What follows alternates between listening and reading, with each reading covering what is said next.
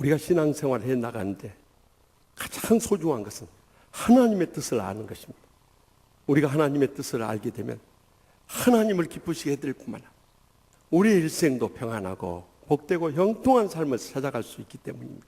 많은 때 하나님의 뜻을 깨닫지 못하고 거스림으로 인해서 인생이 낭비하고 불행과 고통 속에서 헤어나지 못할 때 얼마나 많이 있습니다. 그래서 오늘 이 바울 사도가 가이사랴 법정에서 이 증언하는 고백 속에 하나님만 따르라는 이 주님의 음성을 우리 다 같이 들을 수 있길 바랍니다. 먼저 본문 19절 말씀 우리 다 함께 읽겠습니다. 아그리빠 왕이여, 그러므로 하늘에서 보이신 것을 내가 거스르지 아니하고. 아멘. 바울 사도는 지금까지 모든 살아온 삶이 하나님께서 그에 나갈 것을 보여주셨기 때문에 거기에 순응하면서 여기까지 왔다는 것입니다. 그래서 그 당시 유대의 최고의 권자였는 이 아그리빠 왕에서도 그는 하나님께서 보이신 것을 거스르지 않고 살아왔다고 담대히 외친 거예요. 몸은 죽여도 영혼을 멸하지 못하는 자를 두려워하지 아니하고 오직 몸과 영혼을 능히 지옥에 면할 수 있는 하나님을 두려워하면서 담대히 외칠 수 있었던 것입니다. 그래서 그는 하나님께서 보이신 것을 또 쫓아서 이 처음에는 다메섹에 있는 믿는 자들 비파하고 죽이기 위해서 가다가 주님을 만나고 나서부터 그는 성령님의 인도하심을 따라서 예루살렘으로 온 유대도 사마리아로 땅끝까지 이르러 주님의 증인이 되지 않을 수 없었던 것입니다. 우리 일생 살아갈 때 하나님께서는 우리 각 사람에게 보여주신 것이 다 있습니다. 그래서 그 보여주신 뜻을 따라서 우리는 나아가야 되는 것입니다. 특별히 우리는 지난주일 성령 강림주의를 지켰습니다마는 하나님께서 성령 받은 자들에게 다 보여주는 공통적인 것이 있습니다. 그것이 일찍이 요엘 2장 28절에 예언하셨고 베드로 사도가 사도행전 2장 17절을 통해서 대언해 주신 말씀입니다. 하나님이 말씀하시기를 말세 내가 내 영을 모든 육체에 부어주리니 너희 자녀들은 예언할 것이요 너희의 젊은이들은 환상을 보고 너희들 늙은이들은 꿈을 꾸리라 하시는 것입니다. 우리가 세대별로 해야 할 일들을 주님께서 보여주신 거예요. 우리 자녀들은 성령의 은혜를 체험하고요 예언을 해야 된다는데 이 예언이라는 것은 장래에 되어질 일들을 알아맞추는 그런 예언이 아닙니다. 그런 예언을 하다가는 요한계시록 22장 18절에 19절 마지막 말씀 봐보십시오. 이 예언의 말씀 외에 다른 것을 더하면은 이 성경에 기록된 재앙을 더해버리고 이 예언의 말씀을 빼버리면 생명록에 기록된 여러분의 이름이 빼질 것이라고 경고하고 있는 것입니다. 그런 예언 아닙니다. 원래 이 예언이라는 것은 헬라어로 프로페테이아라고 해서 맡겨주신 말씀을 선포하는 것이 진정한 예언이라는 것을 잊지 마시기 바랍니다.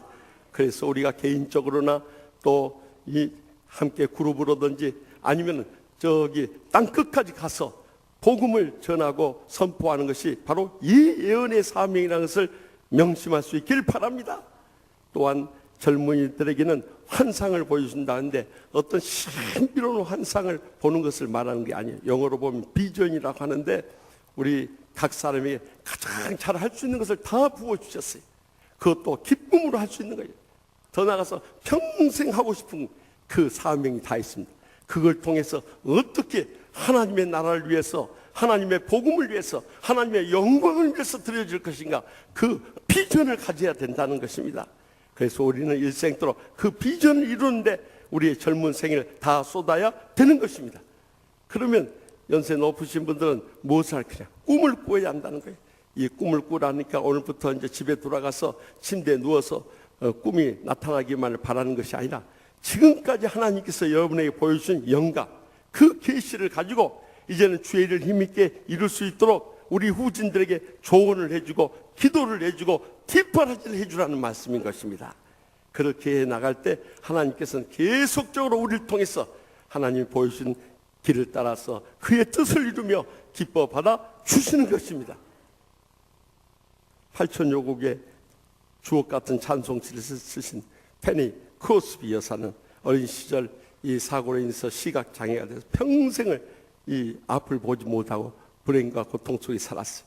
그러나 그를 위해서 구원해 주신 주님의 사랑에 감사하고 감격하면서 주옥 같은 시들을 8천여 편을 만들어 지었어요. 그런데 그가 노년에 이런 고백을 했어요. 저는 지금까지 인생의 고난 속에서 늘 감사하며 기쁨으로 살려고 애를 썼습니다. 왜냐하면 나이 먹으면서 사람들의 성격이 변해가지고 다른 사람들과 어울리지 못한 사람들 너무나 많이 봤기 때문이에요. 그래서 오래전부터 결심한 것이 있는데, 첫째는 큰 소리야 치는 힙합한 늙은이는 절대 되지 않겠다는 거예요. 그래서 다른 사람 상처 주고 교회에 시험거리나 만든 그런 인생으로 내 인생을 무너뜨리고 싶지 않다는 거예요. 둘째는 언제 어디서 누구를 만나든지 모든 사람이 기쁨을 안겨다 주는 피스메이커의 삶을 살아가기 원한다는 거예요. 그래서 일생도록 찬양하며 영광 돌리며 모든 사람들을 사랑으로 기쁘게 섬기면서 온 세계 사람들의 사랑과 존경을 받는 생애로 그의 일생을 마칠 수 있었던 것입니다. 우리도 인생을 살면 살수록 늘 조심할 게 있어요. 언젠가 인터넷 글을 보니까 남자들이 늙으면서 아내에게 조심해야 할 것들이 있대요. 첫째는 다 몸단장을 잘하고 수염도 자주 깎으라는 거예요. 자기가 노조위원장인 것처럼 그렇게 수염 다 들고 텁스루하게 다니지 말라는 거예요. 깨끗하고 단정해야 한다. 두 번째는 머리도 자주 감고 빗질도 잘하는 거예요.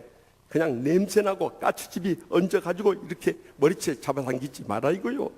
세 번째는 가급적 하루 세 끼를 이 마누라에게 신경 쓰지 않게 해결하는 거예요. 그래서 아침에 일찍 일어나서 차려 먹고, 점심 때는 나가 먹고, 저녁 때는 일찍 들어와서 아내 먹을 때 함께 따라서 먹으라 이거죠. 넷째는 음식이 짜네 싱겁네 절대 반찬 추정하지 말라는 거예요. 그나마 계속 얻으려 먹으려면 주는 대로 받아 먹으라는 거예요. 다섯째는 국이나 찌개 국물을 절대 흘리지 말라는 거예요. 그럴 때는 우리의 생에 국물도 없고 찌개도 없고 밥만 준다는 거예요. 여섯째는 운동을 게을리하지 말라는 거예요. 아내가 하는 대로 계속해서 운동하면 아내가 산책 나갈 때 애완견 대신에 우리를 데려가 줄 모른다는 거예요. 일곱 번째는 가급적 침묵하며 살아나는 거예요. 특별히 마누라가 TV 볼 때 채널을 돌리거나 옆에서 말을 걸거나 그래 가지고 꼬집 피지 말라는 거예요. 여덟 번째는 있는 듯 없는 듯 죽은 듯이 살라는 거예요. 그저 마누라가 데리고 살아준 것만 해도 감사하면서 살아갈 때 우리가 평생 붙어 살 수 있는 지름길이라는 거예요. 제가 그 글을 읽고 은혜를 받고 벌써부터 그 말씀대로 살려고 열심히 노력하고 있어요. 그래서 지금까지 안 쫓겨나고 붙어 살고 있어요. 여러분, 노년의 삶에는 노년의 삶이 있으니까 그것에 잘 적응하며 살아야 돼요. 그런데 우리가 시대별로 우리가 살아야 할 때 하나님께서 보여준 길을 따르지 못함으로 인해서 이 한국 사회가 얼마나 어지러움 속에 있습니까? 정계는 정계대로 은퇴하신 분들이 당대표고 물러가라 하고 뒤에서 압박을 가하고 영향력을 끼치고 지분을 챙기려고 하니까 정계가 혼란스러워 버려요. 교계도 마찬가지예요. 은퇴하신 분들은 뒤에서 기도하며 자문을 구할 때 조언을 해주는 역할만 하면 되는 거예요. 그런데 언로가 노욕에 빠져가지고 교회를 좌지우지하다가 이 강서구 지역만 하더라도 2천여 명 모이던 교회 세구회가 완전히 무너져 버린 거예요. 우리 주위에서 여러분 소문 듣지 않았습니까? 왜 은퇴가 있습니까? 왜 우리가 박수 칠 때 떠나라는 말이 있습니까? 우리가 더 이상 노역을 버리지 말고 집착하지 말고 다 내려놓으라는 거예요.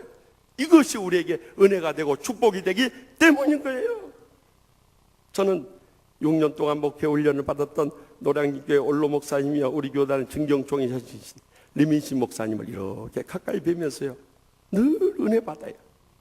그분은 교회가 부흥하지 않으니까 내가 교회에 폐를 끼친다고 조기 은퇴를 선언, 65세 은퇴를 하려고 그랬어요. 그러자 장로님들이나 교인들이 붙잡아서 67세로 밀었어요. 그런데도 그때도 은퇴 못하도록 항복하게 말렸어요. 결국 70세 은퇴했어요. 은퇴하시면서 그때 선임 부목사인 분이 미국 유학을 가 있던 분을 모시고 오면서 그분 전에 밑에 두고 목회를 했었는데 내가 그대로 있으면 그분한테 얼마나 부담이 되겠냐고. 교회에서 한 10분 거리도 안 돼요. 저기 흑석동에 있는 현대 아파트 사시면서 그 가까운 거리 있는 노량진교회 안 나오시고 그 옆에 있는 베들교회 나가신 거예요. 그러니까 교회에서 무슨 행사 있을 때마다 간곡히 요청해 오시지 그 외에는 절대 교회에 나타난 법이 없어요. 여러분 33년 동안 평생을 목회했던 그 교회에 대해서 왜 미련이 없고 집착이 없겠어요? 그러나 자신의 사명은 그것으로 끝났다고 믿어졌기 때문에 손을 떼고 물러나신 거예요. 그러므로 인해서 주의 종들이나 성도들이나 더 나아가서 한국교회나 이민교회나 세계 선교지까지 소문이 나가지고 얼마나 존경을 받고 사랑을 받는 복된 여생을 살고 있느냐는 거예요. 이제는 하나님께서 우리에게 보여주신 것을 거스르지 말아야 돼요. 그래야 하나님의 뜻을 온전히 이룸으로써 나 자신에게도 무한한 축복이 되고 주위에도 큰 은혜를 끼치고 하나님의 영광 크게 드러내게 될 줄 분명히 믿으시기 바랍니다. 계속해서 본문 22절에서 23절 말씀 다 같이 봅니다.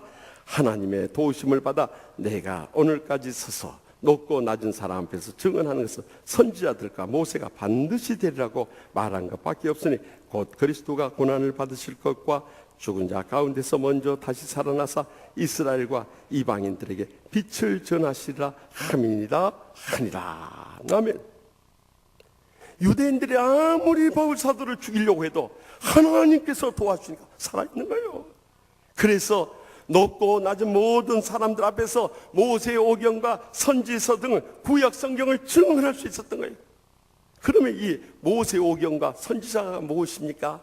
이것은 바로 구약 성경을 말하는 것입니다. 우리가 10여 년 전에 하나님을 말씀하십니다 하는 타이틀로 창세기로부터 말라기서 이르기까지 이 구약에 나와 있는 인명이라든가 지명이라든가 사건 통해 나타난 예수 그리스도의 생애 증거에 대해서 함께 배울 수 있는 시간이 있었어요. 이제 10여 년이 지난 지금 우리 새로 오신 교우들도 많아졌기 때문에 우리가 다시 한번 그 말씀을 더 보강해서 영적으로 더 깊이 있게 이번 부활주일 사순절 특별 새벽 기도를 통해서 우리가 창세기를 이제 마치고 내년에 또 출애굽기 계속해서 은퇴할 때까지 말라기 말씀을 나눌 터인데요. 그것은 결국 예수 그리스도의 십자가의 죽으심과 다시 사심을 증거하고자 해서 구약 성경이 기록된 거예요. 그래서 십자가의 복음을 체험하고 바울 사도는 이스라엘 동족뿐만 아니라 이방인들에 이르기까지 생명의 빛을 전하기 위해서 지금까지 살아왔음을 증언하는 거 있는 것입니다. 우리 인생도 한 번 왔다가 다 떠나갑니다. 우리가 예수 그리스도를 만나고 은혜를 체험한 다음에 이 땅에 생존하는 목적이 무엇입니까? 예수 그리스도의 부활의 복음을 증거하는 증인으로서 살라고 우리를 세우신 거예요. 그렇기 때문에 아직도 주님을 믿지 않는 우리의 사랑하는 가족들이나 친척들이나 친구들이나 이웃들이나 땅끝까지 이르러서 우리는 부활의 증인이 되어야 되는 것입니다. 그것이 바로 우리를 향하신 하나님의 뜻이라는 거예요. 요한복음 6장 39절에 보면 나를 보내신 이의 뜻은 내게 주신 자 중에서 내가 하나라도 잃어버리지 아니하고 마지막 날에 다시 살리시는 이것이니라 분명히 증거하고 있지 않습니까? 그렇기 때문에 우리는 부활의 증이 되는 삶이 우리의 신앙생활 가운데 가장 중요하다는 것을 잊어서는 안 된다는 거예요. 그런데도 우리는 얼마나 부활의 증인으로 증거하며 살아가고 있느냐는 거예요. 한 초등학교 이 교실에서 한 아이, 남자아이가 너무너무 떠드는 거예요. 그래서 선생님이 불러다가 너 왜 그렇게 매일 떠드냐 물으니까 이 아이가 대답하는 말이 우리 집안 내림이 그래요. 그런 거예요. 아니 네 집안 내림이 어떻길래 그렇게 떠드느냐. 우리 할아버지는 시장 통해서 떠들면서 장사했고요. 우리 아버지는 학교 가서 떠들면서 가르치고요. 그러면 너희 어머니는 우리 엄마는 여자잖아요. 여자에서 어떻다는 거죠. 여자들 말 많잖아요. 그러더라고요. 그러니까 집안이 전부 떠드는 사람이어서 자기도 떠들 수밖에 없다는. 그렇게 세상에 가서 잘 떠들면서 왜 복음은 한마디도 말 못하는지 그것이 알고 싶다요. 여러분, 우리 인생이 생존하는 목적 그것이 무엇입니까? 전에도 한번 소개한 바 있습니다마는 백화점 왕으로 유명한 존 워너메이커 이 장로님이요. 저기 베다니 교회, 필라델피아에 있는 베다니 교회 교회학교 교장 선생님으로 봉사하고 있었어요. 그런데 23대 벤저민 해리슨 대통령 때 그를 최신부 장관으로 등용하고자 교섭이 들어왔어요. 우리 같으면은 그냥 만사를 제쳐놓고 장관 되는데 목숨을 걸고요. 그런데 이 워너메이커 장로님이 뭐라고 하신지 아세요? 저는 매 주일마다 이 베다니 교회 학교 가서 어린 생명들에게 하나님의 말씀을 가르쳐야 할 교장 직분에 감당해야 되는데, 그것을 장애가 되면은 저는 장관직을 수락할 수 없습니다. 아니, 그게 뭐가 중요해서 그렇습니까? 저는 하나님 말씀 가르치고 전하는 것이 저의 본업이고요, 저의 백화점 사업하는 것이 저의 부업입니다. 저는 말씀을 증거하는 일을 위해서 하나님의 부르심을 받았지, 이 백화점 경영하는 것은 하나님 말씀을 더 힘있게 전하기 위해서 물질이 필요하기 때문에 이 사업을 하는 것입니다. 얼마나 놀라운 믿음입니까? 이것이 바로 워너메이커 장로님과 우리의 믿음의 큰 차이인 것입니다. 그런 의미에서 이번에 총리 후보로 지명을 받은 한교안 국무총리 서리는 정말 우리 신앙의 모범이 되는 인물이에요. 그는 어머니 권사님의 눈물의 기도와 사랑의 섬긴 가운데서 믿음으로 잘 자라났어요. 우리나라를 대표하는 경기고등학교 나오고, 불행하게도 서울대 법대 응시에서 떨어져서 성균관대 법대 갔어요. 그런데 보통 사람 같으면 내가 아무리 믿고 기도해도 이 대학 떨어지고 아무 소용없더라 하고 낙심하고 세상길로 나갈 수 있는데요, 그는 그렇지 않았어요. 그곳에 가서 더 신실하게 기도 학생에 가서 봉사를 했어요. 오늘 예배 인도해 주신 김창신 목사님 이야기 들어보니까, 김창신 목사님 그 섬기던 성균관대 기도 학생의 이 직계 선배신데요, 아주 전설처럼 내려왔다는 거예요. 법대 고시 공부를 하면서도 신실한 신앙의 모범과 열정을 쏟았던 반듯한 선배로서 그 기도 학생에서 후배들에게까지 감동적으로 전해진 인물이라는 거예요. 그래서 그 후에 사법고시 패스하고 검사하다가 이 민주정부하고 이념적 갈등이 있어서 결국에는 검사장으로 퇴직을 했어요. 그것으로 그의 인생은 끝이 난 줄 알았어요. 그러나 그는 하나님께서 주신 조로의 기회라고 생각하고 변호사 개업을 하고 일하면서도 신학대학에 입학해서 복음 증거하는 것이 제 인생의 목표입니다 하고 전도사로서 봉사하고 있었어요. 그런데 박근혜 대통령 정부에 들어서면서 그를 법무부 장관으로 채용하는 소식이 들려왔을 때 얼마나 놀라운 일입니까? 그동안 검찰총장 하신 분도 있고 대법원 판사 하신 분도 많은데 왜 그를 하필이면 검사장 출신의 일개 변호사하고 있는 그를 법무부 장관으로 뽑느냐 이거예요. 그때 이 불교계에서 아주 골수 기독교인이라고 얼마나 극렬하게 반대했는지 몰라요. 그럼에도 불구하고 법무부 장관 돼서 성실하게 일하니까 대통령 마음에 들어가지고 이 나라의 개혁과 사정을 위해서 다시 한번 국무총리로 세우니까 지금 이 불교계하고 무신론계에서 그를 헐뜯고 끌어내리기 위해서 얼마나 비열하게 핍박하고 공격해 온지 아십니까? 우리가 출신과 인연과 정파를 다 떠나서 하나님의 사람은 세워져야 하는 것입니다. 그래서 복음 증거가 힘있게 이루어져야 되는 거예요. 그래서 우리 교회도 열심히 이 부활절 때 새생명 초청 축제하고 추수감사절 때 해피데이 축제하면서 영혼에 대한 불타는 사랑의 전도를 끊임없이 하는 거예요. 그뿐만 아니라 우리가 정말 선교사님들을 힘에 지나도록 파송해서 힘있게 단기 선교하고 또 이 단기 선교 후원하기 위해서 집에 있는 안 쓰는 물건들 전부 정리하라고. 저도 지난 주일 저녁에 저희 집사람과 집을 샅샅이 들여가 있는 것 싹 정리해 가지고 왔어요. 그래서 정리하면서 내가 느낀 것은 이렇게 정리하니까 사람이 홀가분 해주고 이사하기도 편하고 집에 거리낄 게 없구나. 얼마나 감사한지 몰라요. 이것이 우리의 조그만 정성이지만 선교 현장에는 얼마나 큰 힘이 되고 위로가 되는지 아십니까? 이제는 복음 전도가 우리 인생의 목표가 돼야 돼요. 그런데 우리 교회는 그래도 목회자들부터 시작해서 장로님들, 권사님, 집사님들 얼마나 복음 전도에 열정을 가지고 힘쓰고 있습니까? 그런데 사실은 지금 한국 교회가 이렇게 허물어지는 이유도요, 복음 전도가 안 되기 때문에 그런 거예요. 그래서 이번에 강주 강림교회 가서 부흥성회를 인도하면서도 그 교회는 정말 은혜로운 교회예요. 너무너무 집회해보면 벌써 성도들 영적 상태가 느껴지는데요. 말씀이 끝나면 아멘 잘 받아요. 근데 전도가 안 되기 때문에 부흥이 안 되는 거예요. 그래서 제가 이 교회 장로님, 권사님, 집사님들 한 해에 한 명만 전도하면 이 교회 부흥하게 될 건데, 벙어리 교인으로서 평생 살면 하면은 우리가 하나님 앞에 서길 때 무엇이 남겠습니까? 정말 영적으로 도전 주고 왔어요. 또 이번에 내려간다니까 화요일 날은 호남신학대학교 초청해서 채플 신학생들 한 1000여 명 말씀을 증거할 때도, 또 수요일 날은 광주 지역 목회자 부부들 또 목회 세미나 초청해가지고 말씀을 전할 때도 제가 계속해서 강조한 게 무엇입니까? 이제는 우리의 심령부터 복음의 열정을 회복해야 된다는 거예요. 근데 한국교회 많은 교인들이 영적으로 잠들고 병들고 죽어가면서도 그것을 깨닫지 못해서 복음 전도를 안 하니 어떻게 한국교회가 영적으로 부흥하면서 마지막 때 사명 감당하면서 하나님께 영광을 돌릴 수 있겠느냐는 거예요. 여러분, 우리가 주님 앞에 서게 될 때 남는 것은 온 천하보다 귀한 영혼들인 것입니다.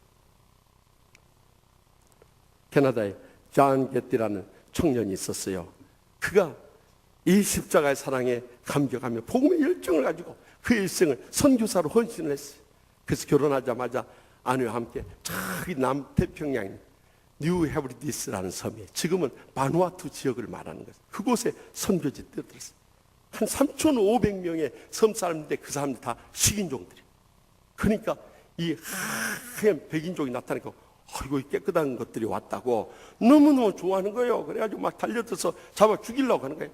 그런데도 우리는 복음을 전하러 왔다고 막 그들의 토속어를 배워가지고 막 증거하는 거예요. 그런데도 막 죽음의 고비를 수차례 넘겼어요.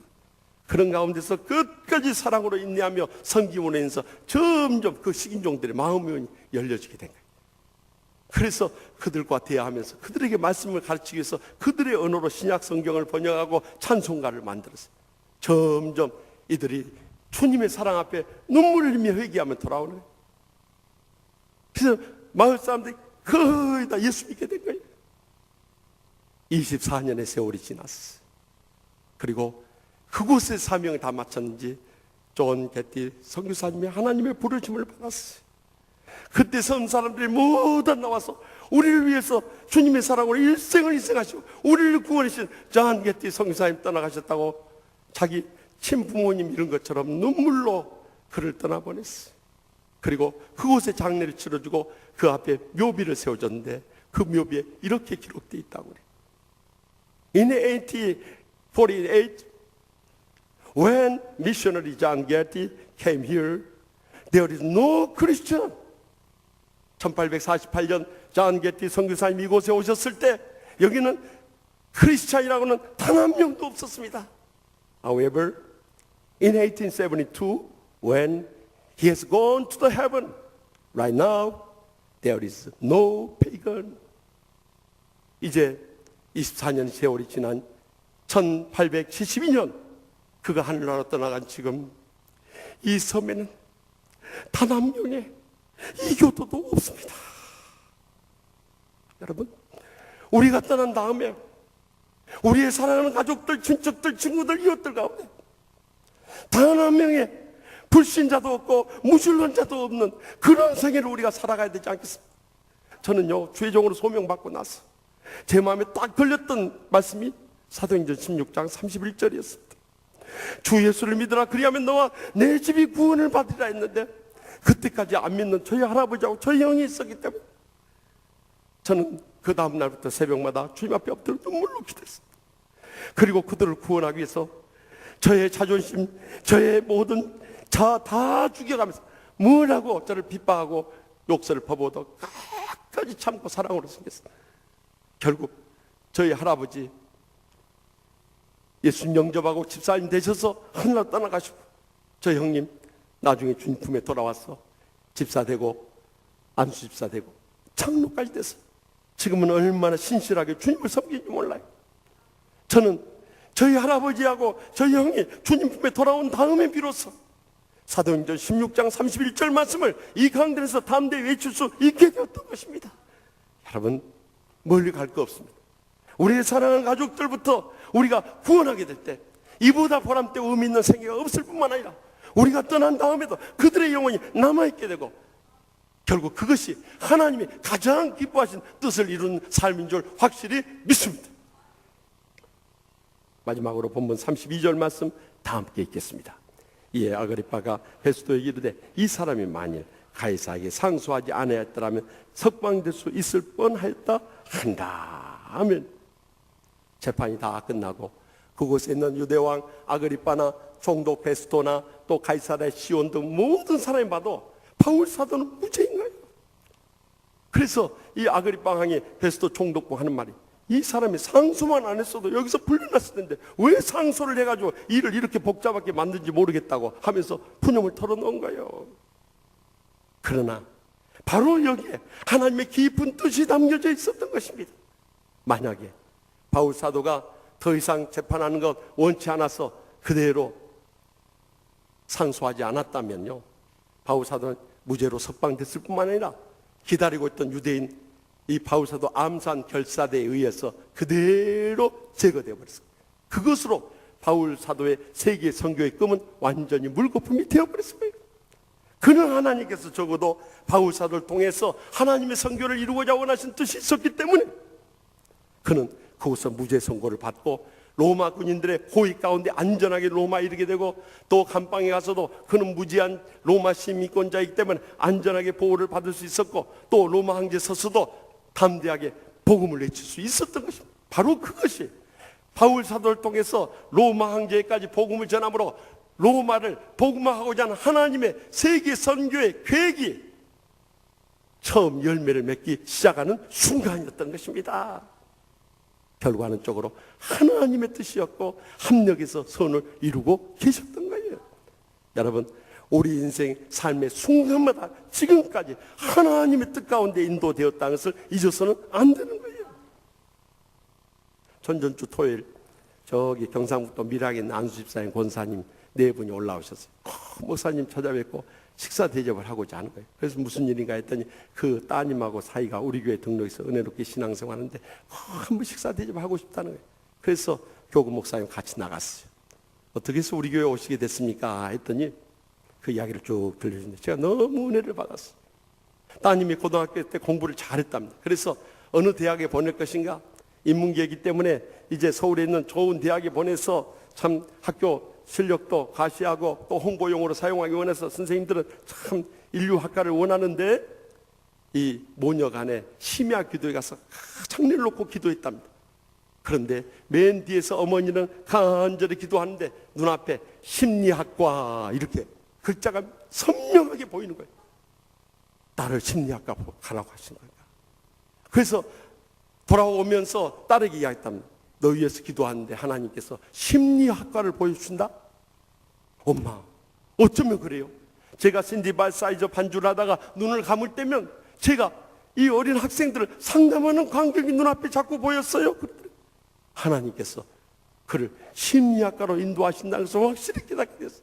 그랬더니 학교에 갔더니 이 원서를 쓰는데 심리학과 가봐야 취직도 안 될 건데 뭘 하고 심리학과를 보내냐고 막 극구 반대한다.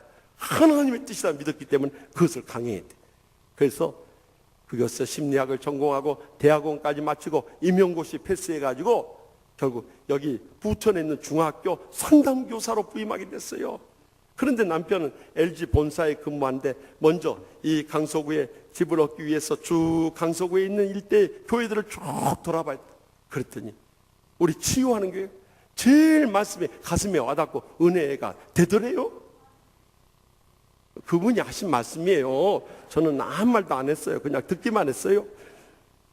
그래가지고 이 교회 가자 그래가지고 그 부인이 올라오자마자 같이 여기 등록을 했다는 거예요. 그런데 더 놀라운 것은요, 그 교회 담임 목사님이 미국에 가서 상담 치유학 전공해가지고 박사하고 교수까지 했다네요. 그러니까 이분이 더 전율해버린 거예요. 어떻게 이렇게 전공을 같이 할 수 있냐는 거예요. 그래서 지금 교사로 삶이 어떠냐, 후회되지는 않느냐 그랬더니 그러는 거예요. 목사님, 이 중학생들이 얼마나 방황하든지 우울증에 빠지고 자살하려고 하는 애들이 너무너무 많아. 그래서 저는 제 힘으로 할 수 없으니까 매일 새벽마다 와서 하나님의 도우심을 구하며 기도해가지고 하나님 주시는 힘으로 가서 한 명씩 지금 살려내는 그 일을 하고 있어요. 그런 세상에서 이보다 보람되고 의미있고 복된 일이 어디 있어야 하는 거예요. 여러분, 하나님께서 그의 인생을 인도해 주셨던 거예요.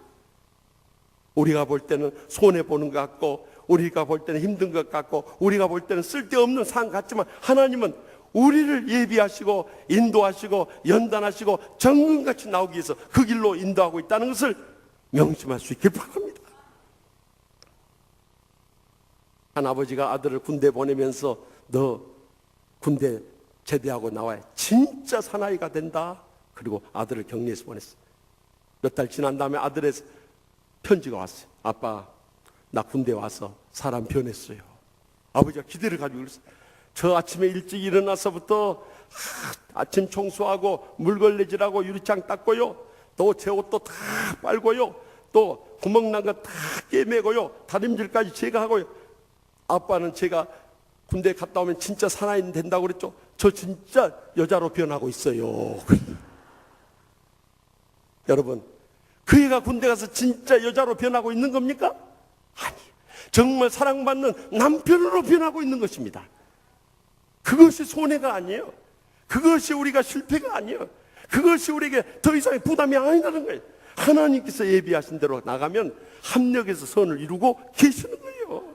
우리가 언제 그런 일을 해보겠어요? 군대 가서 해야 집에 와서도 이제 노년에 잘 해가지고 이쁨 받고 안 쫓겨나고 평생 같이 붙어 살죠. 언제 배우겠어요? 제가 한 달 전에 온누리교회에서 이 기도의 치유의 말씀을 전해달라고 해서 갔어요. 그래서 가서 어떻게 저를 알고 초청했는가 했더니 그 기도회를 인도하는 목사님이 강은혜 목사님이라고 하는데 10여 년 전에 장로의 신학대학원에서 저한테 참 배우면서 은혜를 받았다고 하면서 저를 초청해 줬어요. 그래서 그날 집회를 은혜 가운데 잘 마친 다음에 어떻게 해서 이렇게 미모도 갖추고 내가 볼 때는 탤런트나 연예계로 나가게 생겨서 내가 신학생 시절 10여 년이 지났지만은 그때도 이렇게 눈에 띄었는데 어떻게 이 길을 오게 됐냐고 이야기를 했더니 자신의 과거를 쭉 간증해 주는데 너무 은혜를 받았어요. 이분이 일본에서 자라나면서 일본에서 학교를 공부하고 언어학을 전공해 가지고 이제 박사과정까지 하고 그리고 미국 일본의 NHK 위성방송의 앵커우먼으로 활동을 하고 있었대요. 그러다가 고국이 그리워서 한국에 와가지고 외국어대학교 통번역대학원을 수료하고 또 통번역사로서 또 이 외국어대학교 일본어 강사로서 활약을 하고 있었대요. 그러다가 강남에 있는 치과 의사 3대째 예수 믿는 가정에 이 남편하고 중매가 돼가지고 결혼을 했대요.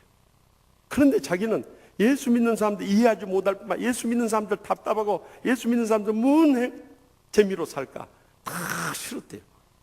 그래서 자기는 세상 낙으로 만족하고 행복할 줄 알았대. 그런데 남편이 돈을 많이 다 벌어다 주고 강남에서 고급 아파트에 살고 외제 승용차 타고 정말 쇼핑에 즐기고 하는데도 참된 만족이 없다는 거예요. 그래서 그렇게 방황하다가 결국에는 주님을 만나게 돼요.